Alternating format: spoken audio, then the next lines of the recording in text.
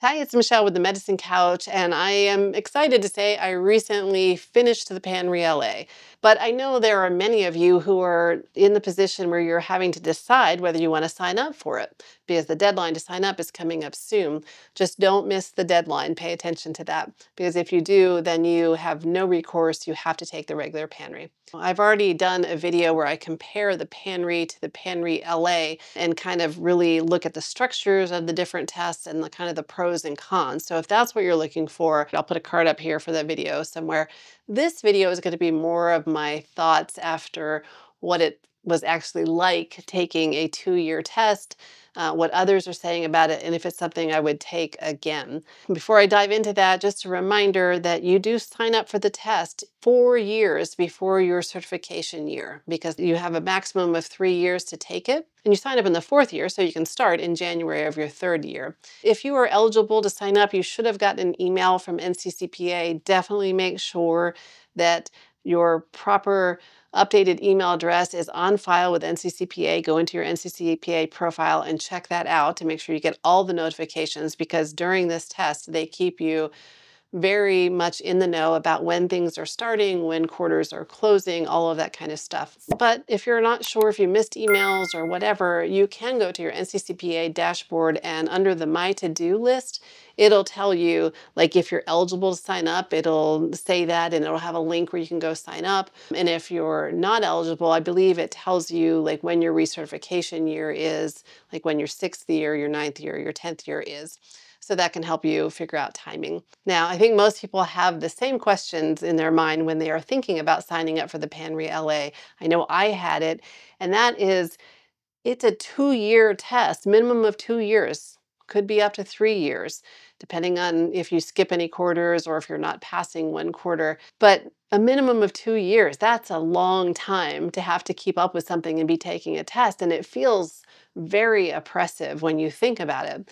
And I have to say, when I first started, the first couple of quarters, it was like, oh, this is like going to be a big deal every quarter that I'm going to have to keep up with. But like anything, you get used to it. It just becomes something that's on your calendar to do.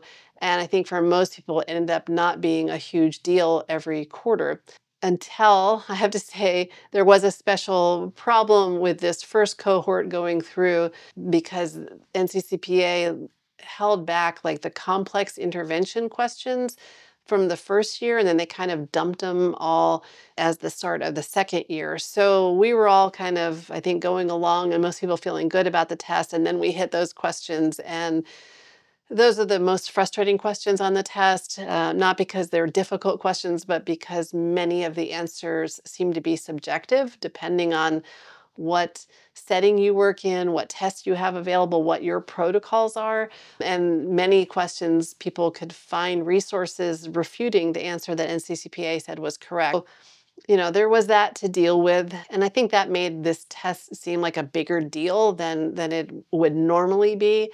But even that, once we got through a quarter or two with those crazy questions and kind of knew what to expect, those questions started thinning out. And I think that's how it's going to be moving forward. There'll probably only be a couple every quarter, so not as big of a deal.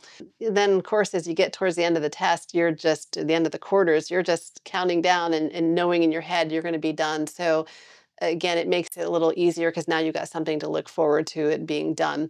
So overall, yeah, it wasn't as bad as I thought it was going to be. And part of what makes it easy is the flexibility of the test. That was so helpful. You can take it kind of however you want.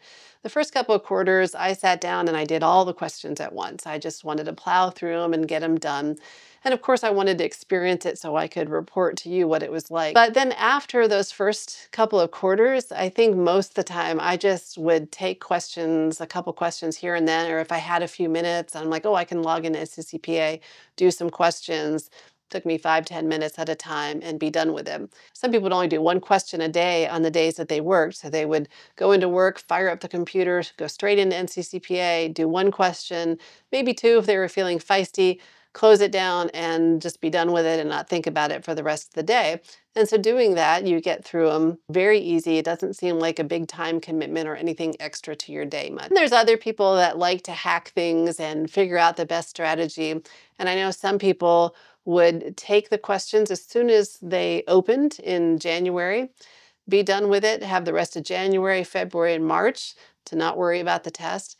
And then the second quarter would open in April. You would have April, May, and June. And so they would wait till the end of June to do the questions. So they did some questions early January and June, didn't think about the test in the 5 months in between. And then they would do the questions the next quarter when it would open in July, get those done, and then not think about it again till towards the end of the year, November and December. So lots of ways to structure it that works best for you. And that, I think, really cuts down on the stress level for people.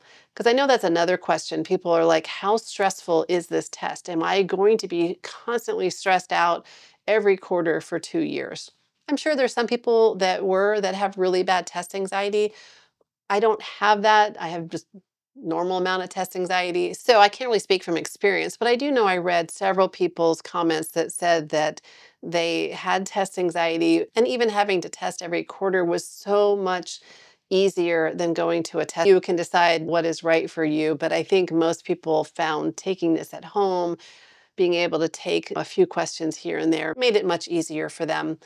And I have to say, most people are passing at the end of 8 quarters, unless they skipped a quarter or they just say those complex intervention questions might have tripped them up. And so they need another quarter or two to bring up their score. Plus, NCCPA also has these replace and removed questions that happen every quarter. They're going through and taking out bad questions. They're replacing questions that you missed before if you were retested on that topic and got them correct. So it really helps your score go up. I also did a video explaining that, and I'll put that card up here so you can look at that if you're interested. So there's a lot of things that can help for the test along the way. And again, most everybody I have seen that have commented on this in various social media groups are all saying, for the most part, that they'd take it again. Even ones that say, I hated this test, most of them say, but it's still better than the alternative. Now, how much time commitment are you talking about per quarter? Well, if you sit down and you go through the questions, you take the maximum amount of time per question, which is 5 minutes.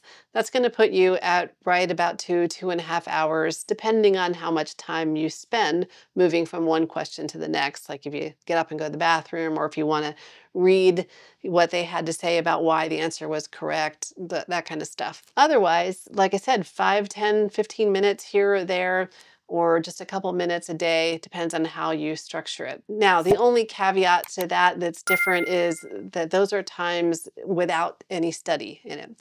If you study, of course, your time commitment is going to be more. But I'll have to say, you don't really have to study ahead of time. You have 5 minutes to search resources, and a lot of people ended up not studying at all. So your time commitment will definitely vary depending on how you want to do it. And I suspect most people spend more time in the first couple of quarters until they figure out what works best for them, and then it gets easier as time goes by. Now, I said I don't study, but I had good resources that I used. My favorite resource was the Smarty Pants Searchable Blueprint.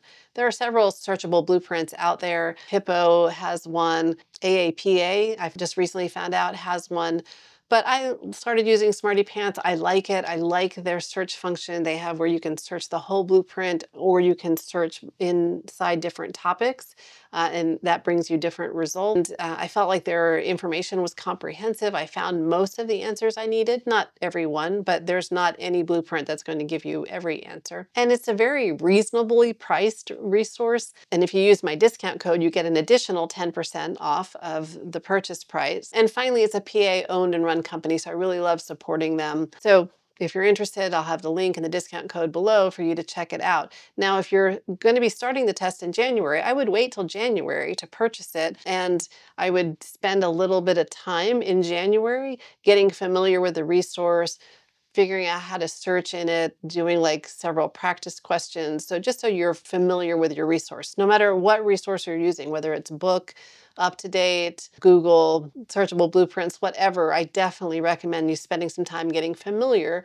with being able to search in those 5 minutes. Now I'm going to be releasing a video the end of November here or sometime in December that is all about search techniques, how you take a question, break it down, figure out what you need to search for to get to the answers, because some of them are straightforward, like you look up buzzwords and you can find it. But there's other ones that are a little bit more convoluted, where you have to understand the diagnosis they're talking about.